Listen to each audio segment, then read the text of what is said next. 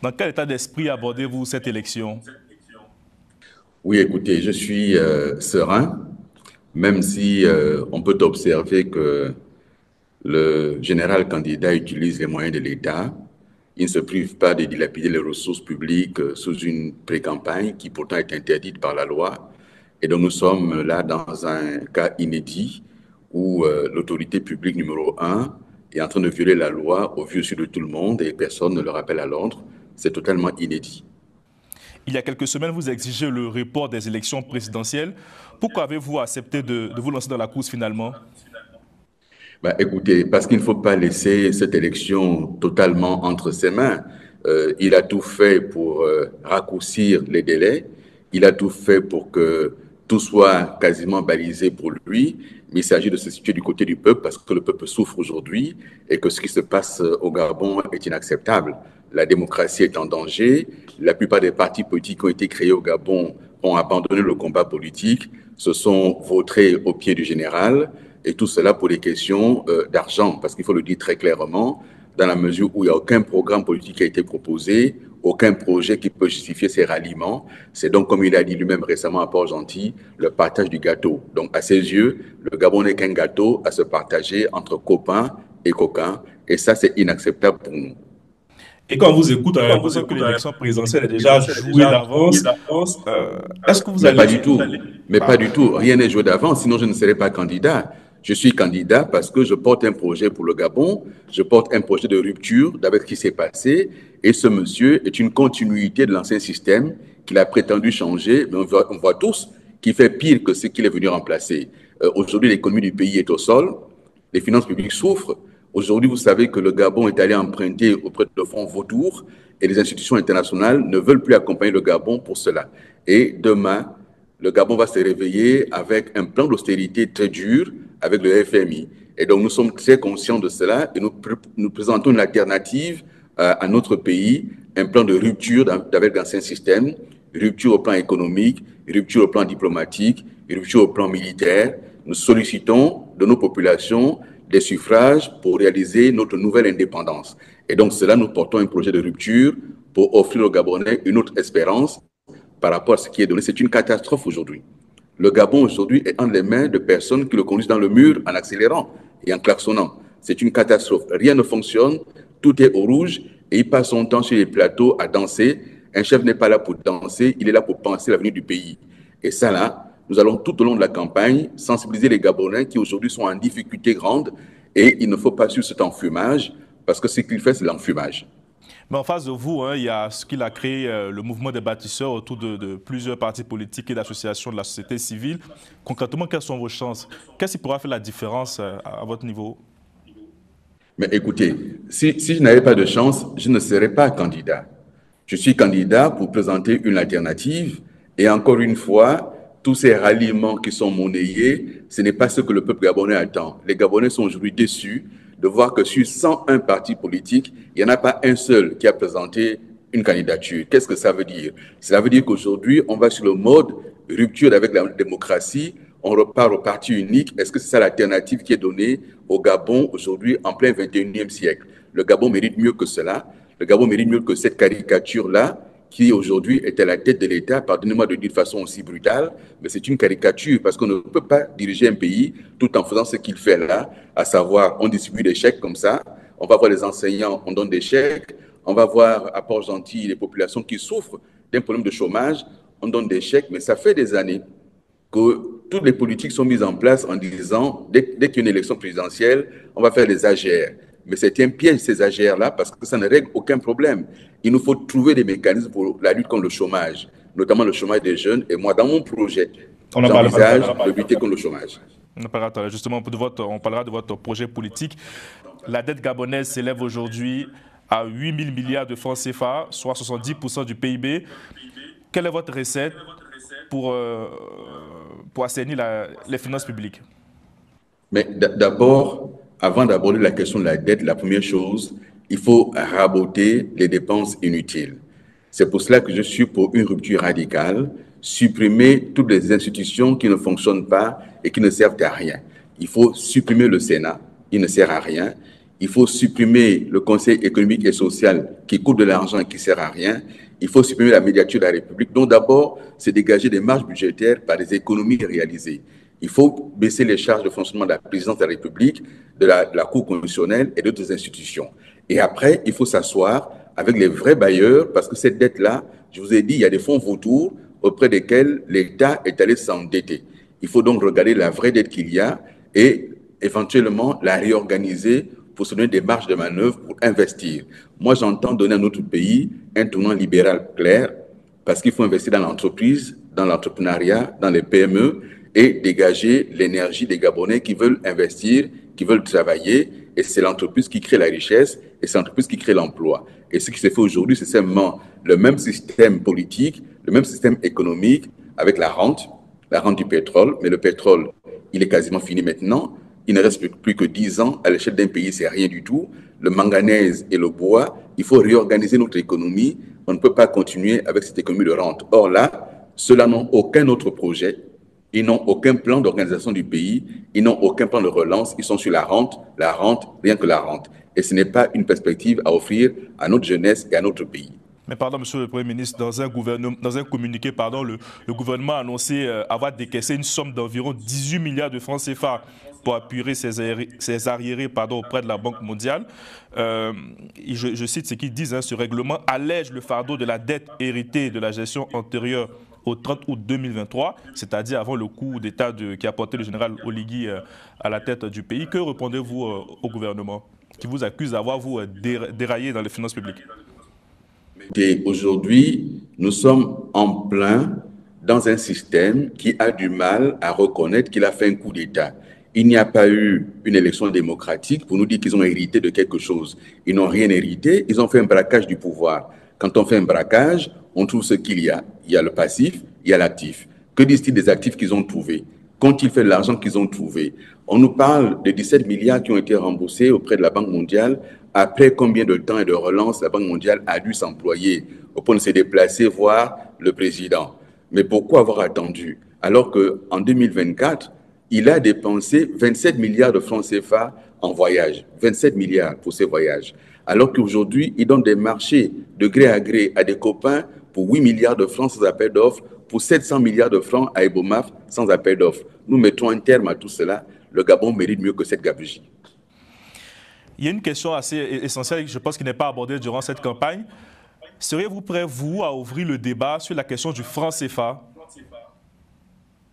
Ce n'est pas une question taboue. Il va falloir aborder tous ces sujets-là. Le franc CFA, pour moi, n'est pas une question taboue. Il faut qu'on regarde nos économies, nos banques centrales, qu'est-ce que nous faisons. Mais ce que je veux dire très clairement, c'est que l'Afrique centrale a déjà l'avantage au niveau de la CEMAC de disposer d'une monnaie commune. Il faut maintenant regarder de quelle manière on peut la faire évoluer, améliorer les choses, mais ce débat n'est pas à exclure. Et donc vous êtes prêt à sortir du franc CFA s'il le faut? Je ne parle pas de sortir. Sortir pour aller où? Est-ce que toutes les solutions, ce n'est que sortir? Il s'agit de regarder de quelle manière on peut rentrer en discussion avec la France pour voir comment on rééquilibre les choses et comment on crée un panier de monnaie convertible. Mais il ne s'agit pas seulement de dire on sort pour aller où? Ceux qui ont proclamé leur sortie, je ne sais pas où ils en sont aujourd'hui. Du côté de la CEDEAO, ils envisagent eux de mettre en place l'éco. Est-ce qu'au niveau de la CEMAC, il y a une volonté aussi d'avoir une monnaie commune qui est un acte de souveraineté pour tout État? Non, mais ce n'est pas un débat qu'on peut engager seul en tant que candidat à l'élection présidentielle. La question de la sortie d'une monnaie, je viens de le rappeler, c'est la CEMAC. Il faut donc une impulsion communautaire pour regarder qu'est-ce qu'on en fait. Mais de commencer à dire tout seul, je vais sortir, ça ne se passe pas comme ça. Nous avons la chance déjà d'avoir une union monétaire, nous avons la chance d'avoir une CEMAC qui fonctionne et qui peut s'améliorer. Et donc, c'est une démarche commune qu'il faudra aborder.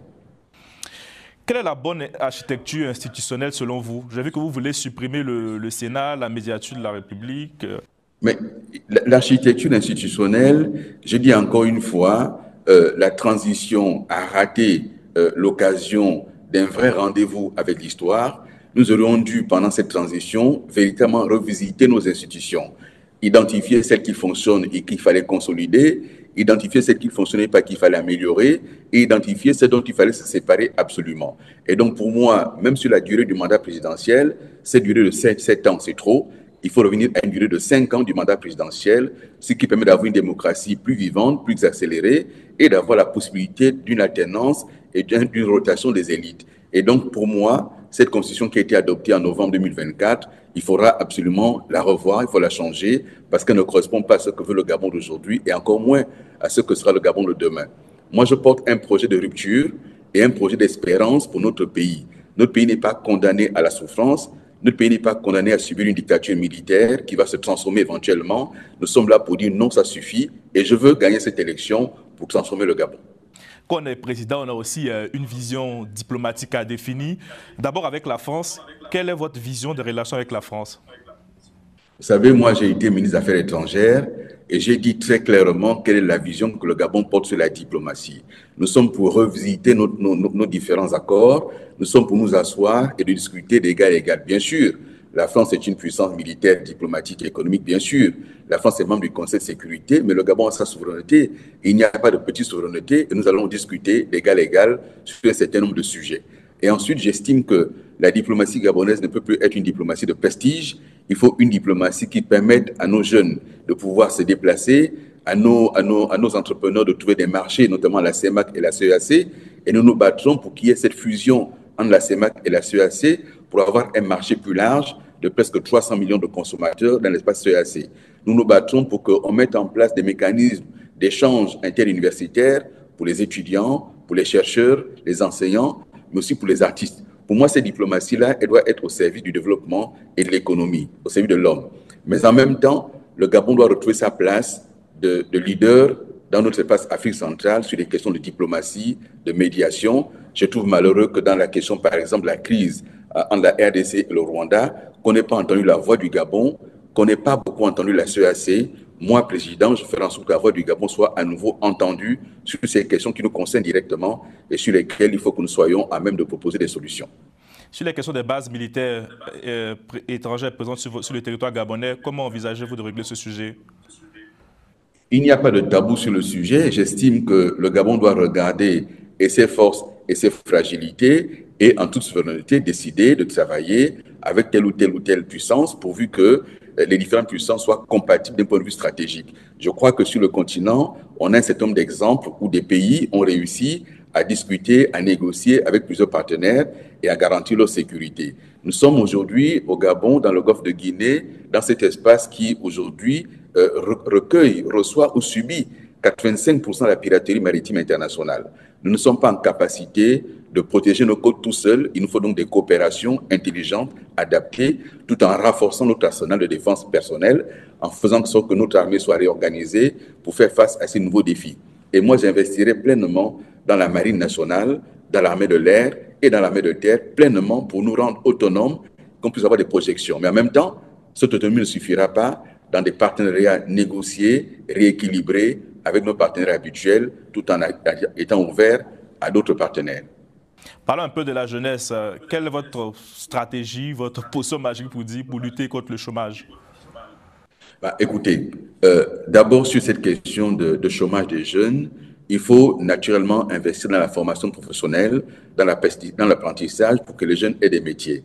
Il faut aussi les accompagner à la fois pour l'emploi public, parce qu'il faut encore de l'emploi public, mais aussi et surtout de l'emploi privé. C'est pour cela que j'indique qu'il faut un tournant libéral pour créer des entreprises. Ce sont les entreprises qui portent la richesse. Et notre économie fondée sur la rente ne crée pas seulement de dynamisme et de richesse. J'inviterai les grands groupes internationaux à plus s'impliquer dans la création, l'accompagnement de création de petites et moyennes entreprises et même d'entreprises individuelles. Nous mettrons en place un impôt particulier, notamment sur le bénéfice des grandes entreprises. Moi, je supprimerai un certain nombre d'impôts pour les ménages, pour alléger la charge des ménages. Par exemple, l'impôt sur la taxe sur les ordures ménagères, je la supprimerai. Je ferai le contraire de ce que lui vient d'indiquer. On ne va pas encore faire peser la fiscalité des ménages parce qu'il faut renflouer les caisses de l'État qui sont en train de dilapider. Nous nous opposerons totalement à cela. Il faut gérer de manière parcimonieuse les ressources de l'État pour créer des emplois. Pour ce qui est de la jeunesse, je parlais donc de formation professionnelle, mais aussi on mettrait en place des minima sociaux pour les accompagner. J'ai indiqué que tout jeune sorti de formation doit être accompagné la première année à 80% de sa bourse s'il n'a toujours pas d'emploi, 60% la deuxième année. Si au bout de cette deuxième année n'a pas d'emploi, nous l'installerons avec un kit première entreprise de sorte qu'il puisse s'en sortir et qu'on n'ait pas cette bombe jeunesse qui peut exploser demain. Et encore une fois, nous avons là le CTRI qui gère l'État sans du tout tenir compte de ce qu'on doit appeler une orthodoxie budgétaire. Tout est fait aujourd'hui en hors budget et le réveil sera douloureux. Ce qui est en train de se passer aujourd'hui est très grave et demain, nous ferons face à un plan d'austérité très difficile et que le CETIRI n'a pas aujourd'hui la capacité d'indiquer aux Gabonais parce qu'en réalité, tout chez eux est fondé sur l'enfumage, l'esbrouf, le mensonge. Il y a une vraie diaspora gabonaise qui est présente en France, notamment des jeunes étudiants qui se plaignent souvent des questions de bourse qu'ils ne reçoivent pas ou qui ne reçoivent pas à temps. Comment là encore comptez-vous régler ce problème? D'abord, sur la question de la bourse des étudiants. Vous vous rendez compte que l'enveloppe de la bourse va être en baisse en 2025.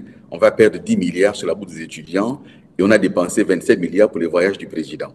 Vous voyez, c'est cela qu'on appelle les dépenses inutiles qu'il faut donc réorganiser. Et ensuite, il faut accompagner cette diaspora. On a aujourd'hui en France pas que des étudiants. En France, au Canada, aux États-Unis, au Sénégal, nous avons des Gabonais qui sont installés, qui sont ingénieurs, qui sont pharmaciens. Il faut regarder comment on met en place ce Haut Conseil des diasporas pour accompagner. J'ai indiqué dans la réforme des institutions que je supprimerai le Sénat, mais je ferai porter le nombre de députés de 143 aujourd'hui à 150 pour ajouter 7 députés qui vont représenter la diaspora. 2 en Europe, 2 aux États-Unis, 2 en Afrique et 1 en Asie. De sorte qu'ils soient mieux représentés et qu'il y ait là des personnes élues qui vont représenter les diasporas pour porter leurs problèmes auprès des autorités publiques. Et ensuite, mettre en place des passerelles pour que chaque jeune qui s'en sort, qui a terminé ses études, puisse rentrer au pays pour trouver un emploi. Il faut mettre en place ces dispositifs-là et le Gabon a assez de ressources pour le mettre en place. Vous, Président, demain, est-ce que vous promettez de garantir l'indépendance de la justice, notamment dans les affaires qui concernent, par exemple, les Bongo et vos amis aussi qui sont face à la justice, Sylvia Bongo et son fils? Non, mais d'abord, la question, ce n'est pas les Bongo. La question, c'est d'abord la justice, qui est un pilier de l'État de droit. La justice doit être indépendante. Moi, président, je ne présiderai pas le Conseil supérieur de la magistrature. Je couperai totalement ce lien qui fait aujourd'hui qu'il y a des injonctions, il y a des interventions intempestives. Le politique pèse trop sur la justice. Il faut libérer la justice, lui accorder les moyens importants, faire en sorte qu'il y ait de la formation, faire en sorte qu'il y ait de la ressource humaine qualifiée, faire en sorte qu'il y ait des moyens techniques et financiers pour qu'elle rende véritablement la justice au nom du peuple gabonais. Et ensuite, il n'est pas normal de détenir les uns et les autres après 18 mois sans aucun procès. Moi, je pense que s'il n'y a rien qui est retenu contre eux, il faut les libérer. Je pense que par exemple, M. Patrick Opianga, s'il n'y a pas de poursuite contre lui véritablement, il faut qu'il rentre dans son pays. Vous parlez des Bongos, ce sont des citoyens comme d'autres. On ne va pas les punir juste parce qu'ils s'appellent les Bongos. Il faut pouvoir les juger. Et s'il y a des éléments retenus contre eux, que les Gabonais sachent ce qui s'est passé. Moi, je veux que le Gabonais sache ce qui s'est passé dans son pays. C'est pour cela que la question de l'espérance est une question importante, mais qui ne se construit que dans la vérité et la justice. D'où la question de la commission Vérité, Justice et Réconciliation que j'appelle de tous mes voeux. Et une fois élu président, je la mettrai en place dans les 100 premiers jours parce que les Gabonais doivent savoir ce qui s'est passé dans leur pays au plan économique, au plan de la démocratie, au plan des disparitions forcées, au plan des disparitions simplement, au plan des emprisonnements qu'il y a eu. Il faut libérer les gens. Le lieutenant Kelly Ondo, qui a tenté un coup d'État en 2019, n'a rien à faire en prison. Il faut qu'il sorte de prison. Donc voilà, moi, mon idée de la justice, c'est une justice indépendante qui travaille vraiment pour le pays et qui rend justice véritablement au nom du peuple gabonais. Une dernière question. En cas de défaite, si demain le président vous appelle à travailler avec lui, est-ce que vous accepterez? Mais pourquoi je dois d'abord accepter que c'est lui qui sera élu demain? Non. Je ne suis pas candidat pour accepter son élection, je suis candidat pour être élu. Et une fois que je suis élu, je verrai avec qui travailler. Pour ce qui est de l'hypothèse que j'estime, moi, improbable qu'il serait élu, je n'ai pas à travailler avec lui puisque je porte un projet différent du sien.